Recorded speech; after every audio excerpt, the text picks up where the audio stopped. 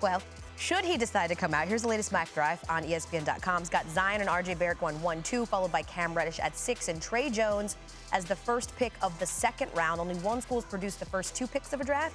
That was Kentucky in 2012. Back then it was Anthony Davis and Michael Kidd-Gilchrist after winning the title.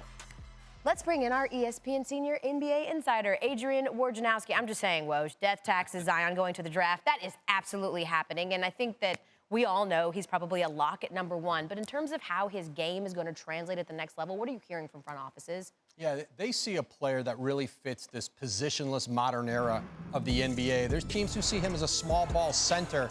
And more than how he fits on the court, I think people see him as a franchise talent, but he's a franchise player. They see the leadership, the kind of teammate he is. He's always talking about the guys around him, and those are the kind of people teams want to build organizations around, and whoever gets number 1 is planning to build their whole organization around Zion Williamson. His media savvy at 18 years old is incredible. The kid just gets it and he says the right things. It's interesting, though, because at the beginning of the year, a lot of pundits still double down on the fact that RJ Barrett, who, of course, was a higher prospect coming out of high school, was still going to be the number 1 guy. What are you hearing about his draft status? Listen, this is still, at worst, probably the 3rd pick in the draft, and he's going to compete for that 2nd pick. This is a player who had to, this year, go from the front court to play the guard position at Duke, and didn't have a lot of shooting around him at Duke.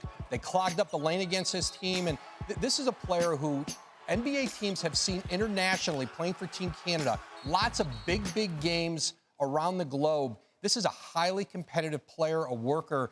I don't believe that his stock has dropped in the eyes of teams. Okay, let's talk about the draft stock then of someone who some people do believe, because of an underwhelming season, has dropped a bit, and that, of course, is Duke's sharpshooter Cam Reddish. Right now, as we showed in the mock draft, we have him going at 6.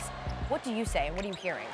I still think Reddish is a top 5 pick in this draft, largely because this isn't a great draft. He still has tremendous upside, 6'9", 7-foot wingspan. Teams do worry about a player who at times drifts and disappears and isn't there when his team needs him most. You know, few GMs have compared him to Paul George. When the questions people had about Paul George coming out of college, where they didn't always see him engaged, and I had one GM say, I might have missed on Paul George, I won't miss on this guy.